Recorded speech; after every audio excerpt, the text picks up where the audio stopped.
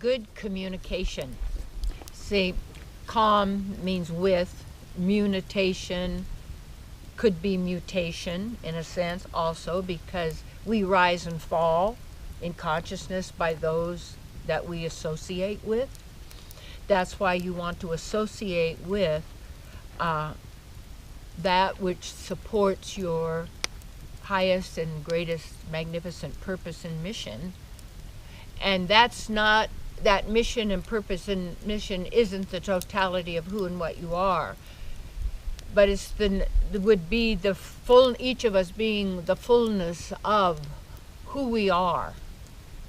And to realize that, called self-realization, God realization, to have God consciousness, which means we are in tune with our God Goddess, our divine parents, that we're all eternal. And we've always been, we always will be. This is our divine nature. And communication, in a sense, is our communion with one another when we're able to recognize and respect who each person is. We're not things. It's not, when we look at people, what can I get from you? What do you have to offer me? I'll see if you're worth my time. It depends on what you're looking for.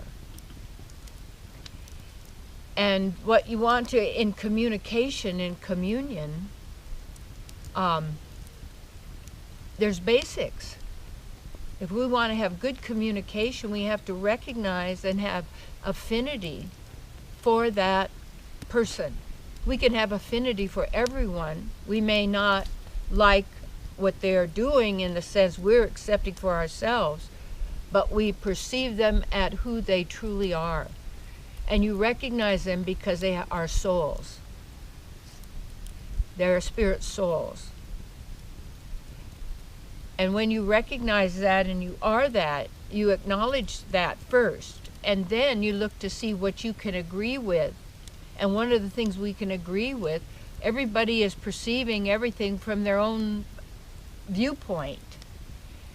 And to be able to communicate is to be able to understand and hear what the other person has to communicate and be 100% responsible for actually understand or hearing what, or getting what that person is communicating, and 100% responsibility for delivering your communication in a way that the other person has received it and is in, knows what you're talking about and what you're communicating.